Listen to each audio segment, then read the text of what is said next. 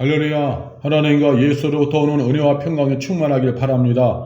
말씀을 청취하는 귀한 이들에게 진리의 성령님이 함께 하시사 말씀이 깨달아지고 그 말씀으로 인하여 충만한 은혜가 있기를 간절히 축원합니다. 저는 강원도 원주 흥업에 있는 갈릴리 교회에서 목회하고 있는 감리교 목사입니다.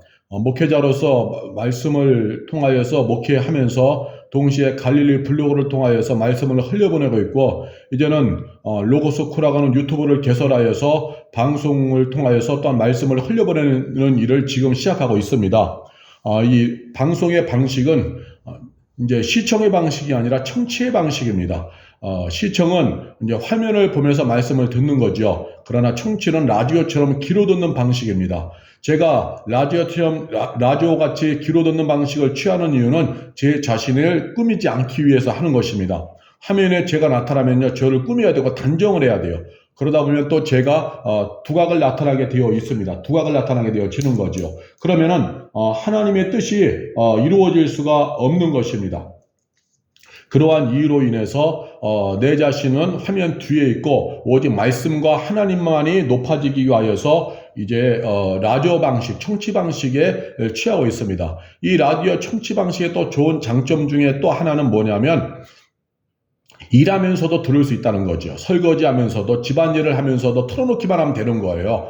운전을 하면서도 틀어놓기만 하면 되는 거예요. 걷기, 산책을 하면서도 틀어놓기만 하면 음악을 듣듯이 귀에다가 이어폰을 꽂고 듣기만 하면 되는 거. 이어폰 꽂고, 사람 있는 곳에서는 이어폰 꽂고 듣기만 하면 돼요. 그러면 화면을 보고 하는 시청은 뭔가 좀 제한이 있지만, 이 라디오 방식의 청취하는 이 방식은 그냥 듣기만 하면 돼요. 사람 없는 곳에서는 크게, 사람 있는 곳에서는 이어폰을 가지고. 그래서 이런 방식으로 진행되고 있으니까 혹여나 이 방송에 들어와셔서 뭔가 허접한 느낌이 들어가지고 중간에 한 2, 3분 청취하다가 나가는 분들이 있을 수도 있어요. 그러나 그런 건 좀 별로 신경 안 씁니다. 하나님 내게 주신 감동을 따라서 청취의 방식으로 하라고 하는 감동이 왔기 때문에 전 순종하면서 진행할 뿐입니다. 그래서 오늘 이 방송을 끝까지 청취하는 이들에게 성령님의 특별한 은혜가 충만하기를 간절히 축복하며 축원합니다. 오늘 이제 다룰 말씀은 사무엘상 4장의 말씀입니다. 사무엘상 4장의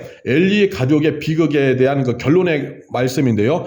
사무엘상 4장 그 17절부터 읽도록 하겠습니다. 소식을 전하는 자가 대답하여 이르되 이스라엘이 블레셋 사람들 앞에서 도망하였고 백성 중에는 큰 살육이 있었고 당신의 두 아들 홈니와 비느하스도 죽임을 당하였고 하나님의 교회는 빼앗겼나이다. 하나님의 괴를 말할 때에 엘리가 자기 의자에서 뒤로 넘어져 문 곁에서 목이 부러져 죽었으니 나이가 많고 비대한 까닭이라. 그가 이스라엘의 사사가 된 지 40년이었더라. 그의 며느리인 비느하스의 아내가 임신하여 해산한 때가 가까웠더니 하나님의 기회를 빼앗긴 것과 그의 시아버지와 남편이 죽은 소식을 듣고 갑자기 아파서 몸을 굽으려 해산하고 죽어갈 때 곁에 서 있던 여인들이 그에게 이르되 두려워하지 말라, 내가 아들을 낳았다 하되 그가 대답하지도 아니하며 간념하지도 아니하고 이르기를 영광이 이스라엘에서 떠났다 하고 아이 이름을 이가봇이라 하였으니 하나님의 괴가 빼앗겼고 그의 시아버지와 남편이 죽었기 때문이며 또 이르기를 하나님의 괴를 빼앗겼으므로 영광이 이스라엘에서 떠났다 하였더라. 아멘. 완전 비극이죠. 두 아들이 전쟁터에서 죽었는데 그 죽기 전에 일어난 일은 블레셋과의 전투에서 패배하면서 수많은 이제 이스라엘의 군사가 죽고 또한 하나님의 법궤를 빼앗기고 두 아들 죽고, 그 소식들은 엘리제스 장도 목이 벌어져 죽고 며느리는 죽어가면서 아들을 낳았지만 아들의 이름을 이가봇이라고 해요. 이가봇이란 말은 영광이 없음, 영광이 떠났다, 그런 의미예요. 아들의 이름을 그렇게 슬프고 절망적인 이름으로 붙이면서 죽어갔죠. 엘리 가정이 비극이에요. 자, 그런데 엘리 가정이 처음부터 비극이었냐? 아니에요. 엘리 가정은 정말 하나님의 사랑받는 가정으로 출발했습니다. 시작은 정말 화려했어요. 모든 사람의 부러움과 존경의 대상이 되었죠. 특별히 구약의 이스라엘은 재정일치 사회였어요. 재정일치의 사회에서 특별히 지금 오늘 본문은 아직 왕정 체계가 세워지지 않은 시대이기 때문에 제사장이 곧 왕의 역할을 하는 거예요. 모든 통치를 이 제사장이 감당한 거죠. 엘리가 다 감당한 거예요. 그러니까 최고의 어떤 통치 리더였죠.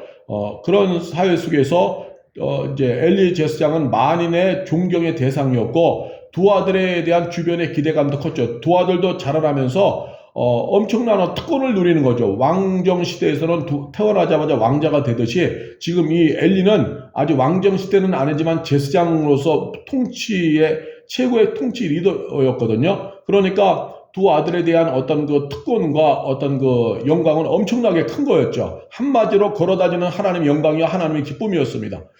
이렇게 시작은 참 좋았어요. 하나님의 특별한 은혜 가운데 택함을 받아서 이렇게 민족을 이끄는 지도자로 하나님이 일하는 제사장 집안으로 하나님이 귀하게 쓰시는 것이었죠. 그러나 본문 4장의 상황은 너무나도 기가 막힐 정도입니다. 망가져도 이렇게 망가질 수 있는가? 완전히 가문의 문을 닫는 비극이 일어난 거죠.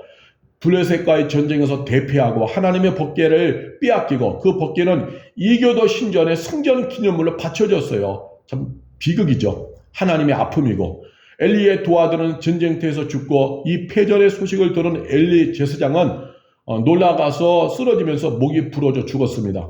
그리고 출산 중에 이 비극의 소식을 들은 며느리는 아이를 낳고는 그 이름을 영광이 이스라엘에서 떠났다 하여 이가봇이라 부릅니다. 가장 기뻐해야 할 이날에 가장 슬프고도 괴로운 날이 된 것입니다.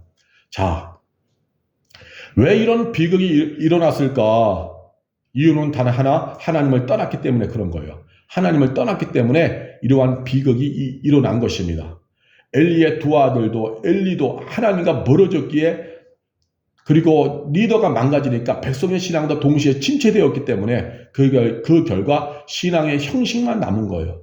그런 잃어버린 내용의 형식으로는 하나님이 함께 할 수 없죠. 아무리 법궤를 들고 가고 고함을 치고 법궤를 들고 가면서 으쌰으쌰하고 블레셋과 싸우려고 가도 법궤의 형식만 들고 갈 뿐이지 거기에 믿음이 없고 신앙이 없으니까 하나님이 편들어 줄 수가 없는 것입니다.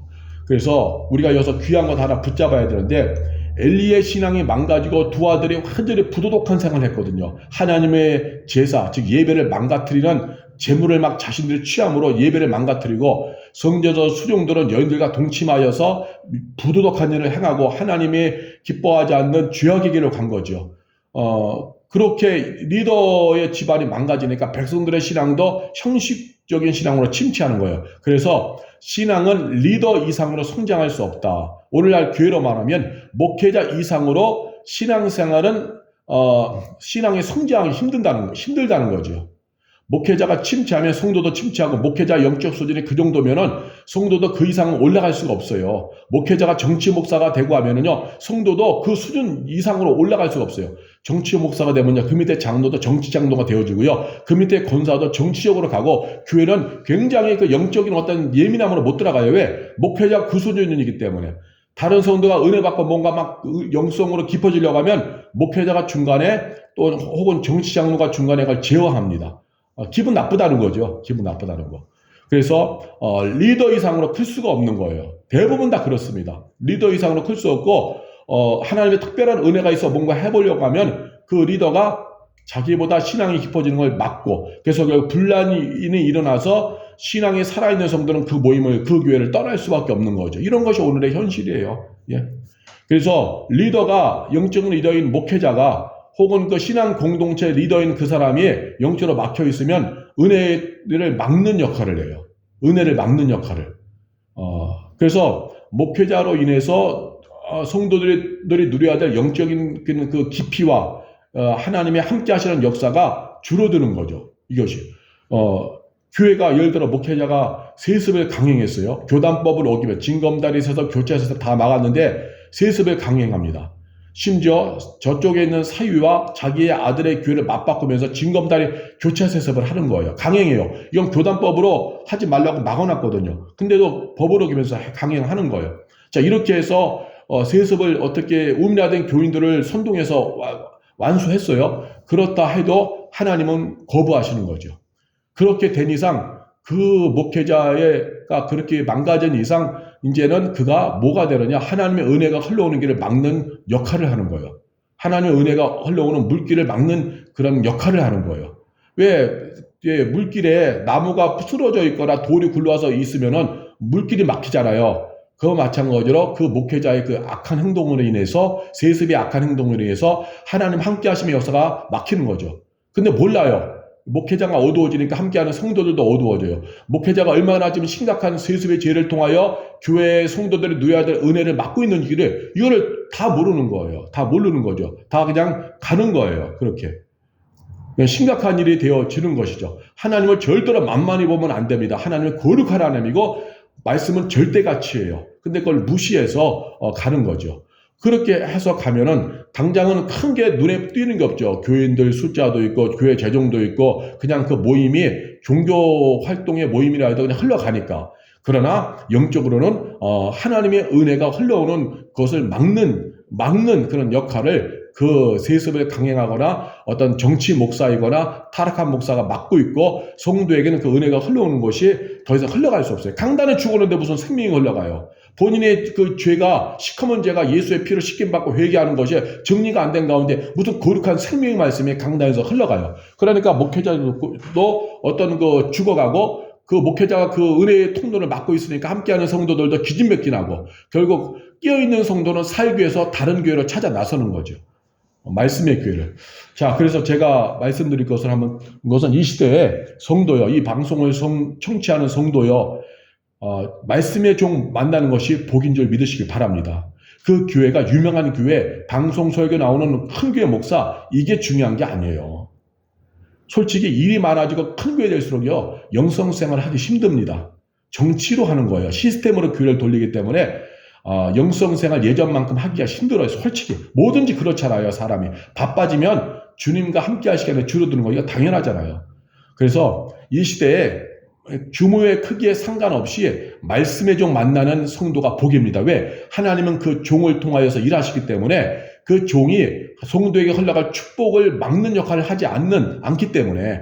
그래서 말씀의 종, 정말 예수님 사랑하는 영성의 목사 만나는 그런 목자를 만나는 성도가 복인 줄 믿으시길 간절히 바랍니다. 이 방송을 청취하는 이 중에 목회자가 있다면은 말씀 안에서 오늘 정말로 다시 한번 다짐하시길 바랍니다. 나로 인하여 성도에게 흘러간 은혜의 통로가 막히는 일이 일어나지 않으리라 하면서 더욱더 말씀 속에 침잠하고 더욱더 영성의 목사로 세우자 하는 길을 가시기를 바랍니다.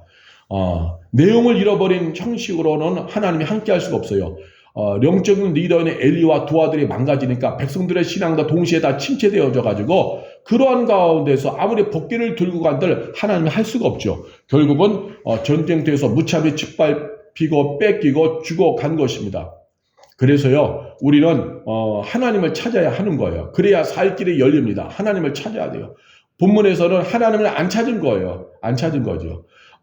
우리가 초상집과 잔치집을 보시기 바랍니다. 초상집은 절망이에요. 암울하고요, 고통이 있고요, 모든 것이 끝입니다. 눈물만이 있어요. 그러나 잔치집에 가보세요. 기쁨이 있어요, 노래가 있어요, 소망이 있습니다.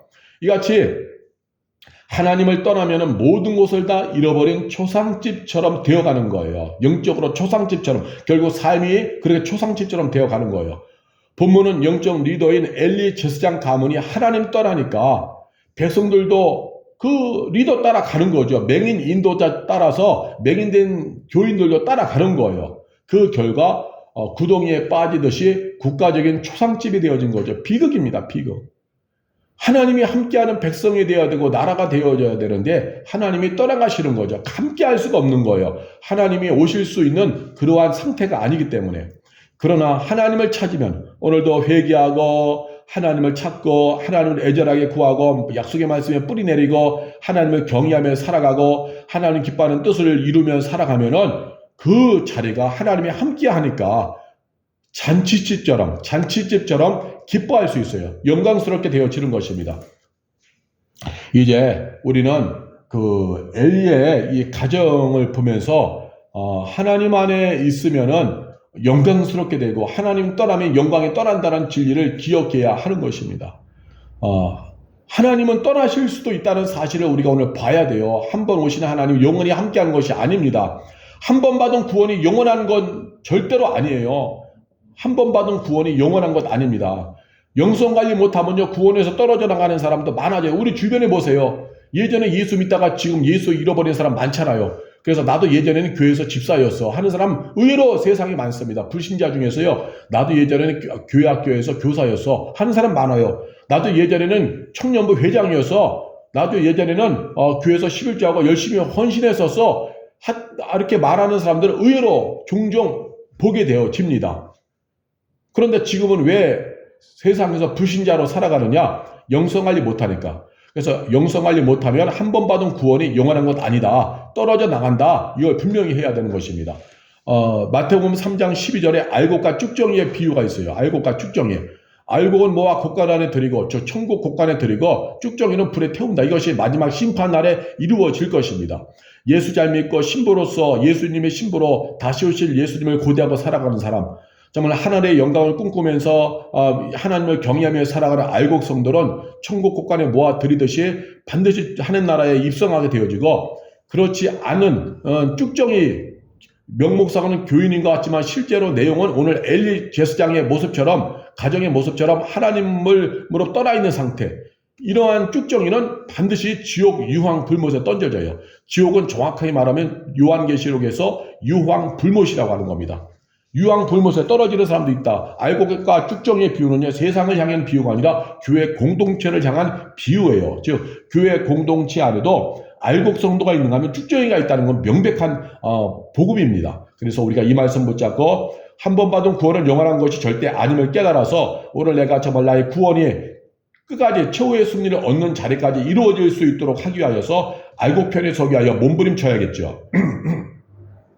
또한 가라지의 비유에서도요, 가라지가 있어요. 근데 예수님은 가라지를 뽑지 말고 추수 때까지 남겨두라고 했죠. 왜? 그러다가 괜히 정말 알곡 좋은 것들이 또 같이 가라지처럼 보여서 뽑힐 수가 있기 때문에 혼동이 되어서. 이 말은 무엇이냐면 이것도 교회를 향해서 하신 말씀이에요. 교회 안에도 가라지가 있다는 거죠. 성경 말씀은 세상을 향해서 준 교훈의 책이 아니라 교회가 생명의 행진하도록 주신, 교회에게 주신 말씀입니다. 생명의 길을 가르쳐주는 말씀이에요. 그래서 이 가라지의 비유를, 예수님이 하신 가라지의 비유는 결국 교회에게 하신 말씀이기 때문에 교회 안에도 가라지가 있다. 생명의 길을 외면하는 가라지. 교회 공동체 안에 속해 있지만 회개 안 하고 교만한 사람, 회개 안 하고 믿음 생활 제대로 안 하는 사람, 그냥 종교 생활 하는 사람들도 있다. 목회자 중에도 가라지가 있을 수 있고 쭉정이가 있을 수 있는 거예요. 뭐 목회자라고 해서 특별하고 뭐 구원이 그냥 완전한 구원을 목회자가 누리는 건 절대로 아닙니다. 먼저 심판은 가르치는 자, 목회자로부터 먼저 시작되어질 것입니다. 목회자 중에도 쭉정이가 가라지가 있고, 장로 중에도 쭉정이 가라지 있고, 일반 성도 중에도 쭉정이와 가라지 있어요. 회개 안 하면 그래요. 회개 안 하고 하나님 또 붙잡고 생명행진 하지 않고 그저 세속가치관에 눈이 멀어 있고 정치장로 정치목사 되어 있고 성도는 헛된 세속가치관 쾌락주의에 빠져 있고 그러면서 그냥 이름만 성도 되어 교회에 그냥 나와서 예배 한번 드리고 가고, 하나님 뜻과는 무관하게 세상에선 자기 영광과 승리 쾌락을 위해 살고 예수님의 신부로 살아가지 않고 하나님의 뜻과 무관한 세상 가치관만 가지고 살고 이건 쭉정이와 가라지입니다. 그럼 한 번 받은 구원은 절대로 영원한 것이 아니라 버림받을 수 있는 거예요. 엘리 제사장의 가문이 망가졌듯이, 사울왕의 가문이 망가졌듯이 그렇게 되어지는 것입니다. 세상을 사랑하여 세상으로 갔던 대마처럼 그렇게 망가질 수가 있는 거예요. 또 마태복음 25장에 미련한 5처녀와 지혜로운 5처녀도 있습니다. 이것도 예수님이 하신 비유인데 이것은 교회를 향해 하신 말씀이죠. 즉 교회 공동체 안에도 예수님이 제르베지로 오실 때에 신랑 되신 예수님과 더불어서 혼인잔치에 참여할 지혜로운 5처녀 같은 성도도 있지만, 그러나 혼인잔치, 즉 하나님 나라에 입성하지 못할 미련한 5처녀 같은 교인도 있다는 것입니다. 이건 명백한 거예요. 이것은 성도에게만 하는 것이 아니라 목회자도 성도입니다. 목회자도 성도인데 목사의 은혜, 직분을 받았을 뿐이에요. 그러므로 목회자 중에서도 미련한 5처녀가 있을 수 있는 거예요. 목회자 중에서 술 마시는 목사 있습니다. 목회자 중에도 말씀과 무관하게 세속가치관이나 말하고 엉뚱한 성경 본문 펼쳐놓고 나서 엉뚱한 설교하는 목회자도 많고요. 맹인이 인도자 많습니다. 세상 정치 모임에 기웃거리는 목회자도 많고요. 엉뚱한 가치관을 가지고 하는 그런 목회자도 많습니다. 성도도 마찬가지예요. 그래서 목회자도 미련한 5처녀가 있을 수 있고 성도 중에도 미련한 5처녀가 있을 수 있다.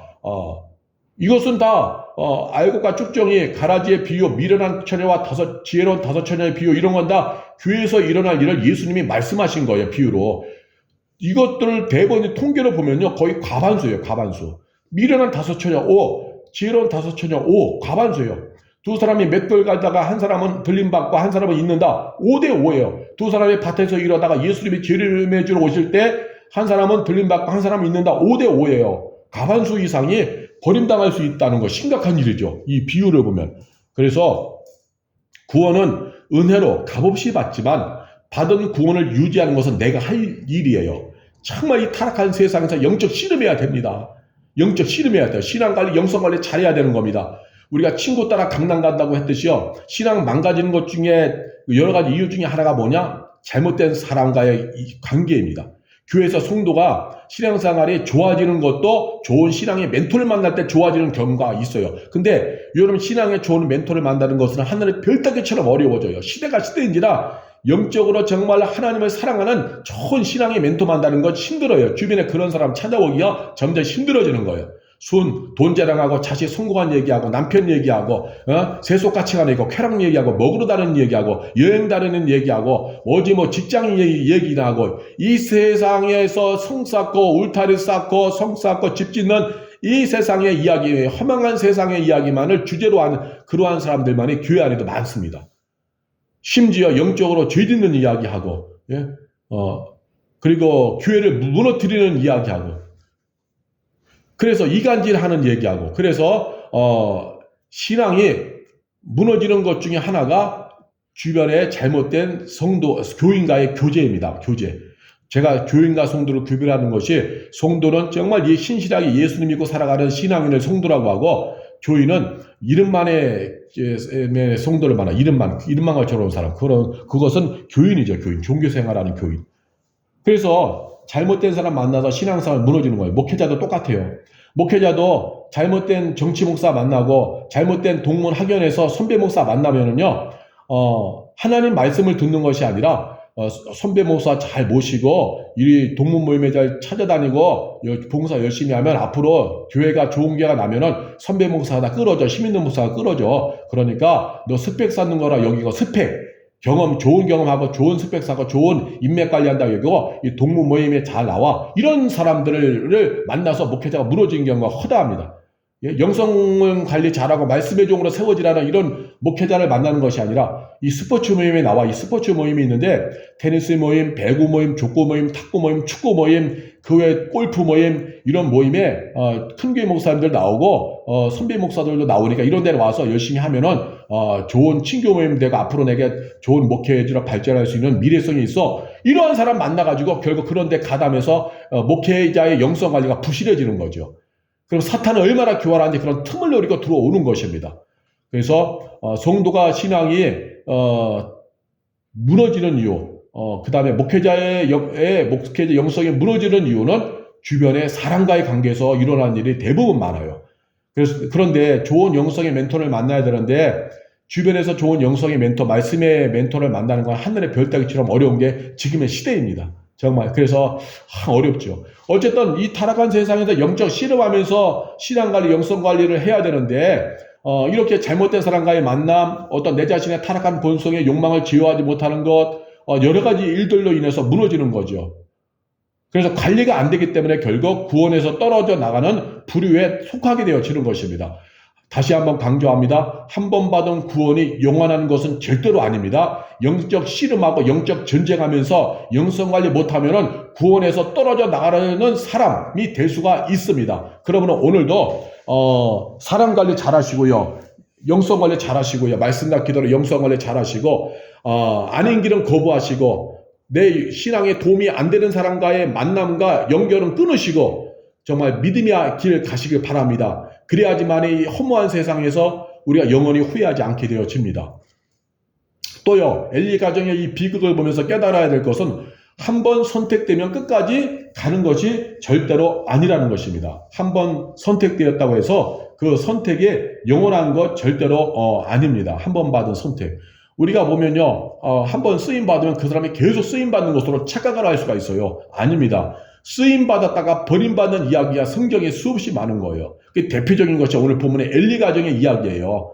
제사장 가문은 계속 쓰여야 되는데 하나님 문 닫아버리시는 겁니다. 그리고 사무엘을 세워서 사무엘을 통하여 하나님이 새롭게 일을 시작하는 거예요.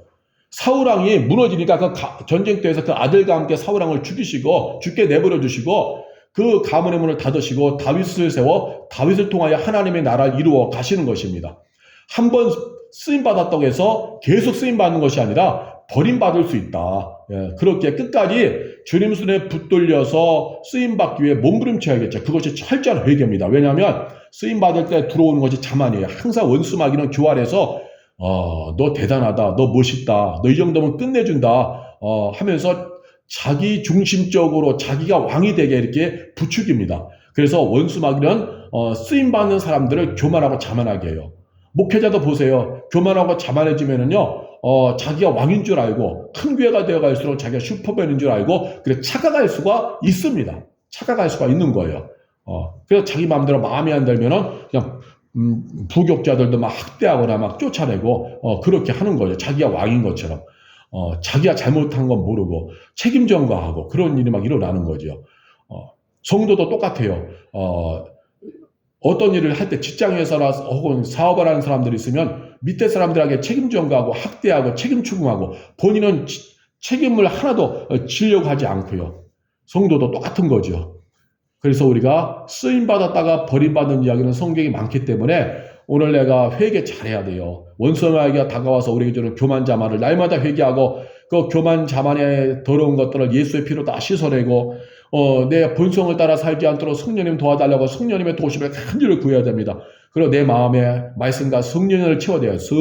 수시로 성경을 읽고 말씀을 가까이 하고 오늘 갈릴리 로고스 쿠의 유튜버와 같은 이 말씀을 끊임없이 들어서 내 안에 말씀을 채워야 되는 것입니다. 그래야만이 우리가 끝까지 하나님 기뻐하는 거룩의 길을 가는 거예요. 하나님의 일에 동역하는 자로 끊임없이 쓰임받는 그 길을 갈 수가 있는 것입니다.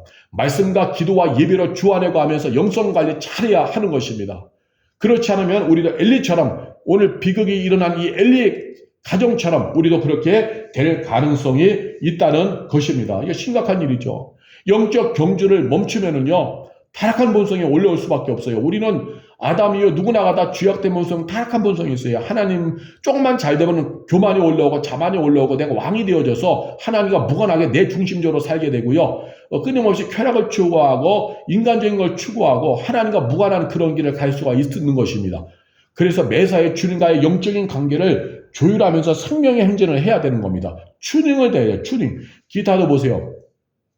기타를 연주하기 전에 꼭 하는 것이 뭐예요? 튜닝이죠. 줄을 다시금 팽팽하게 하고 도레미파 솔라시도 제대로 음이 나는지 그거를 튜닝을 해야 되죠. 요즘은 튜닝도요. 귀로 하는 것을 잘하는 사람은 귀로도 하지만 튜닝 기계가 있잖아요. 튜닝 기계를 가지고 나서는 튜닝을 하죠. 그 튜닝이 잘 되어 있어야만이 어떤 순간이 와도 연주를 잘 할 수가 있는 거죠. 피아노도 마찬가지예요. 튜닝이 필요해요. 튜닝이 되어 있지 않으면은 줄이 제음을 낼 수 없어서 제대로 된 연주가 안 되죠. 그래서 일반적인 사람들은 그냥 피아노나 똑같은 소리라니 하겠지만 그러나 음을 알고 피아노를 연주를 하는 사람들은 딱 들어오면은 튜닝이 전혀 안 되어 있구나 이걸 아는 거죠. 그래서 튜닝이 되어 있어야지만 조율. 그러면은 음이 정확하게 한번 팅 하고 튕길 때 제대로 나서 연주가 가능한 것입니다. 마찬가지로 이 영적인 것 신앙도요.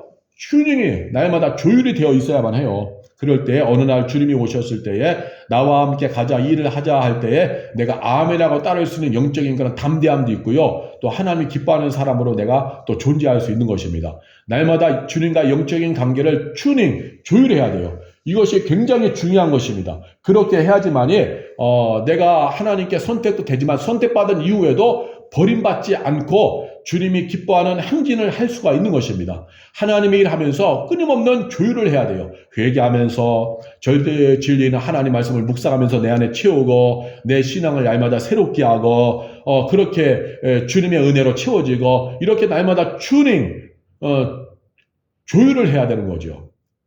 이것은 언제까지? 주님 오시는 그날까지 주님 뜻 이루는 그 길을 뚜벅뚜벅 걸어 가기 위해서 해야만 하는 것입니다. 이 조율이 이루어지지 않으면은요, 내가 망가질 수 있어요. 오늘 본문의 비극이 나에게도 일어날 수가 있는 것입니다. 그렇게 튜닝을 하면서 가면은 내가 복되죠. 그러면 한 번 받은 구원이 한 번 받은 것으로 우리는 것이 아니라 언제든지 망가질 수 있는데 우리는 망가질 수 있지 않고 생명의 행진을 하는 거죠. 한 번 받는 구원은 절대로 영원한 것 아닙니다. 영성 관리 못하고 내가 영적인 튜닝, 조율을 하지 못하면요. 언제든지 우리는 망가지고 무너질 수 있어요. 그런데 우리가 영적인 조율을 잘 하면서, 영적 씨름하면서 믿음 생활하면요. 그 구원을 유지하면서 주님 오시는 그날까지 믿음의 행진하는 길을 갈 수가 있죠. 또한 내가 끝까지 영적인 관리를 잘하면은요, 내게 맡겨진 사명을 잘 감당하면서 하나님 기뻐하는 그 길을 끊임없이 갈 수가 있죠. 그렇게 갈 때 그 걸음 속에 하나님의 통치와 성령님의 도우심이 함께 한다는 것입니다. 필요할 때마다 하늘의 신비로운 방식으로 다가와 채워주고 보호해주고 인도해주시는 하나님의 은혜가 있는 거예요. 그런데 그러한 것이 전혀 없으면요, 아무리 지금 전쟁터에서 블레셋과 싸우면서 하나님의 법궤를 들고 가서 뭔가 해보려고 해도 하나님이 절대로 도와줄 수가 없는 것입니다. 예? 하나님과 함께하는 영적인 조율, 하나님이 기뻐하는 신앙의 사람으로 내가 영적 씨름하면서 가지 않는 가운데 어렵다고 하나님께 기도하고 한다고 기도가 올라가느냐? 기도가 상달이 될 수 없어요. 기도가 상달이 될 수 없어요. 그 죄와 불신앙과 하나님 기뻐하지 않는 일들이 하나님과 나 사이를 가로막는 잠이 되어서 우리의 기도가 하나님께 상달이 되지가 않아요. 하나님도 도와줄 수 없는 겁니다. 언제까지? 회개하면서 그 문제 처리할 때까지. 그래서 오늘 우리가 영적인 튜닝을 잘하고 조율하고 회개하면서 말씀으로 채우고 하나님 기뻐하는 뜻을 붙잡고 예수의 신부로서 생명의 행진을 하는 게 중요하죠. 하늘 영광 꿈꾸면서 예수님의 정결한 신부로서 말씀에 뿌리 내리고 생명의 행진을 하면서 주님 기뻐하는 길을 가는 것이 중요하죠. 그렇게 가면은 하나님의 신비로운 방식으로 다가와 우리를 도와주시는 겁니다. 하나님을 사랑하는 자, 하나님은 그렇게 대접해 주세요. 하나님을 사랑하면 하나님도 우리를 사랑하면서 대접해 주시는 거예요. 하나님을 우리가 정말 존귀히 여기면 하나님도 우리에게 다가오셔서 존귀하게 대접해 주시는 거예요. 하나님을 극진히 대접하면요, 하나님도 우리에게 극진히 대접해 주시는 거예요. 헤아리는 만큼 헤아림 받는 것입니다. 내가 하나님을 어떻게 하나님에 대해서 반응했는지에 따라서 하나님도 우리에게 다가오셔서 반응하는 것이 달라지는 거예요. 그래서 우리는 정말 믿음으로 하나님께 반응하고 하나님을 극진히 대접하고 하나님을 사랑하면서 찾아야 하고 찾고 구해야 하는 거죠. 그러면 하나님도 오늘 우리에게 다가오셔서 내가 나를 그렇게 대접했으니 나도 너를 그렇게 대접하리라 하면서 은혜와 사랑으로 우리를 돌봐 주시는 것입니다. 결코 외롭지 않은 거예요. 그래서 구원을 유지하고 예수의 신부로 생명의 행진을 하고 믿음의 길을 가는 그 길은 절대로 외롭지 않습니다. 성령님이 함께 하시고 하나님이 보호해 주시는 것입니다. 다시 한번 따라서 해보시기 바랍니다. 한 번 받은 구원은 영원하지 않다. 한 번 받은 구원은 영원하지 않다. 구원은 영원하지 않아요. 예수님이 영원하고 은혜가 영원하고 십자가의 복음이 영원한 거지. 구원은 내가 영적으로 게을러지고 나태해지고 내가 불신앙의 길로 가면 아무리 예수의 피로 값주고 산바된 구원이라 할지라도 하나님의 자녀가 되었다 할지라도 내가 신앙의 길에서 이탈하면 그 구원은 잃어버릴 수 있다. 이건 명백한 것입니다. 그리고 하나님께 쓰임받는 이 쓰임이 계속되는 것이 아니에요. 버림받아요. 그러니까 버림받은데도 본인은 모르고 계속 그 길을 가는 경우도 있죠. 하나님이 함께 하시면 절대로 그에게 일어날 수가 없습니다. 언제까지? 회개하고 다시 영적인 조율하면서 주께로 올 때까지. 그래서 오늘 우리가 끊임없이 회개하고 영적인 튜닝하고 하나님을 사랑하며 하나님을 극진히 대접하며 살아간다면 오늘 우리의 삶 속에 하나님이 함께 하셔서 그곳은 잔치집이 되어지는 거예요. 축제가 되어지는 거죠. 절대로 추상집이 안 됩니다. 오늘도 예수의 정결한 신부가 되어 다시 오실 신랑 되신 예수님을 고대하면서 하늘 영광 꿈꾸면서 사명의 행진을 하면은 그의 삶의 자리는 잔치집이 되어지는 거죠. 축제의 자리가 되어지는 거예요. 절대로 추상집이 될 수가 없죠. 왜? 하나님이 함께 하니까. 그래서 오늘 우리가 끊임없이 믿음의 행진을 해야 하는 것입니다. 신앙의 행진을 해야 되는 것입니다. 그러면 우리의 삶은 축제의 자리, 정말 하나님이 함께 하자는 귀한 생명의 자리가 되어질 것입니다. 오늘 본문의 엘리야 가정과는 전혀 다른 그런 축복의 그런 가정과 삶이 되어질 것입니다. 이 시간 기도하려고 합니다. 할렐루야. 전능하신 하나님, 오늘 말씀을 보았습니다. 이 말씀이 우리에게 생명이 되고 능력이 되게 하여 주옵소서. 하나님이 불러서 귀하게 쓰실 때 얼마나 엘리 가족의 축복이고 정말 은혜였습니까? 이스라엘의 영적인 리더로서 민족의 지도자로서 하나님의 일을 감당하는 제사장으로 얼마나 영광스러운 삶입니까? 그의 두 아들도 얼마나 영광스러운 그런 아버지 하나님의 아들이었습니까? 그러나 믿음 생활 관리하지 못하고 영성 관리 못하고 영적인 추능과 조율이 회개하면서 이루어지지 않고 말씀으로 채우는 그런 삶이 없었기에 그들 속에는 육적 가치가 들어오고 그 다음에 마귀에게 잡혀서 결국 아버지 두 아들은 가지 말아야 될 죄악의 길로 갔고 그것을 방치하고 방관한 엘리 제사장조차도 신앙이 느슨해지고 결국 리더가 망가지니 백성들의 신앙도 망가졌습니다. 리더가 어두워지니 함께던 백성들의 신앙도 침체하였습니다. 결국 전쟁터에서 결국 블레셋과의 싸움에서 하나님의 법궤를 들고 갔지만 하나님이 편들어줄 수가 없었습니다. 그 결과 두 아들은 전쟁터도 죽고 전쟁은 대패했고 그 소식을 들은 엘리 제사장은 목이 부러져 죽고 그 며느리는 죽어가면서 낳은 아들의 이름을 이가봇이라고 했으며 하나님의 영광이 떠났다 지었습니다. 정말 슬픔의 가정이 되어졌습니다. 처음 시작했던 잔치집이요 축제의 자리였지만 초상집 되어서 본인의 가정과 가문이 망가지고 리더의 가정과 가문이 망가지니 리더가 망가지니 그 백성들의 삶인 국가도 전체도 다 망가졌습니다. 하나님, 우리는 비극의 장면을 보면서 오늘 우리가 나도 이렇게 될 수 있다는 경각심을 갖게 하여 주옵소서. 나도 영성하지 못하고 영적 실험하지 않으면 나도 이렇게 될 수 있다는 그런 각성을 하는 저희가 될 수 있도록 성령님 도와주시옵소서. 정말 생명의 행진을 끝까지 하게 하여 주옵소서. 이 방송을 청취하는 목회자가 있다면 각성하게 하여 주시옵소서. 리더인 내가 잘못하면 내가 은혜가 흐르는 통로를 막는 자가 되어서 결국 성도들도 같이 망가진다는 사실을 기억하여 오늘 내가 깨어있는 자, 말씀에 순종하는 자, 거룩한 영성의 목자로 세워지도록 성령님이 역사하여 주시옵시고, 또한 이 방송을 청취하는 중에 성도님이 있다면 정말 말씀의 종 만나는 것이 이 땅에서 가장 큰 복임을 깨달아서 정말 아버지 하나님의 믿음의 말씀의 종과 함께하고 말씀의 교를 사모하게 하여 주시옵시고,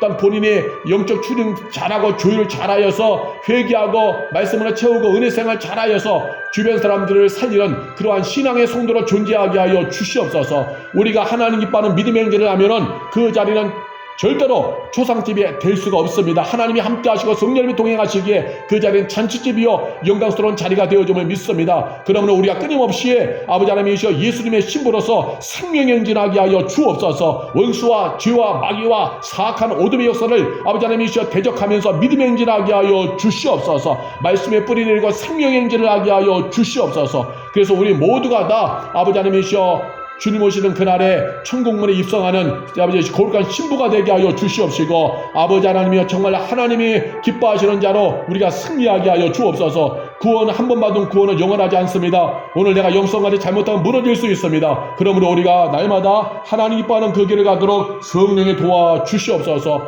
영성관리 잘하여서 끊임없이 구원의 반열에 서게 하여 주시고, 정말 그래서 하나님 기뻐하는 자를 끊임없이 쓰임 받으면서 짧은 생에 후회함이 없는 그 길을 가도록 성령님 저희를 도와 주시옵소서. 오늘도 이 방송을 청취하는 우리 모든 청취자들이 말씀의 뿌리 내리고 예수님의 신부로 다시 오실 예수님의 고대하며 삶으로 말미암아서 모두의 삶이 잔치집이 되게 하여 주옵소서. 하나님이 함께 하시는 은혜의 자리가 되게 하여 주시옵소서. 여기 방송을 청취하는 모든 이들이 아버지 하나님의 교만한 죄 회개하고 육적같이 내려놓고 하나님의 뜻을 붙잡고 힘들고 어려도 낙심치 않고 믿음의 길을 감으로 말미암아서 하나님의 은혜와 복을 누리는 삶의 자리, 축복의 자리가 되게 성령님 도와 주시옵소서. 하나님을 존귀히 대접하면 하나님도 존귀히 대접해 주십니다. 하나님을 사랑하면 하나님도 그 사람을 사랑해 주십니다. 그러나 오늘 본문 엘리 제사장의 가문은 하나님을 사랑하지 않아서 하나님을 대접하지 않아서 결국 하나님도 그들과 함께 할 수 없었습니다. 그러나 다윗은 하나님을 극진히 대접하고 하나님을 사랑하니 하나님을 위해서 생명 걸고 골리앗 앞이라도 뛰어가니 하나님이 그를 생명처럼 여겨주셔서 위대한 민족의 지도자로 그를 사용해 주셨습니다. 주여 성령이여 우리를 도와 주시옵소서. 우리를 지켜 주시옵소서. 정말 그래서 우리 모두가 다 주님 오시는 그날까지 예수님의 정결한 신부로 말씀에 뿌리 내리는 자로 하늘 영광 꿈꾸며 하나님의 또 소중형이고 생명의 길을 가게 하시고 영적 씨름에서 미루지 않게 하시고 매사에 회개하며 영적 추림 조율을 잘하여서 우리 모두가 생명의 행진하여서 지금 이 땅에서도 하나님이 함께 하시는 그런 아버지 하나님의 생명의 역사를 누리게 하시고 장차 주님이 오실 때는 우리 모두가 다 천국 입성하여 영광스러운 승리를 누리게 하여 주시옵소서. 이 방송을 청취하는 모든 이들에게 주의 은혜와 평안을 충만케 하여 주옵소서. 주옵소서. 최후의 승리를 얻는 그날까지 믿음의 행진, 생명의 행진하도록 성령님이 도와주시옵소서. 할렐루야 할렐루야 감사합니다. 예수님의 이름으로 감사하면서 기도하옵나이다.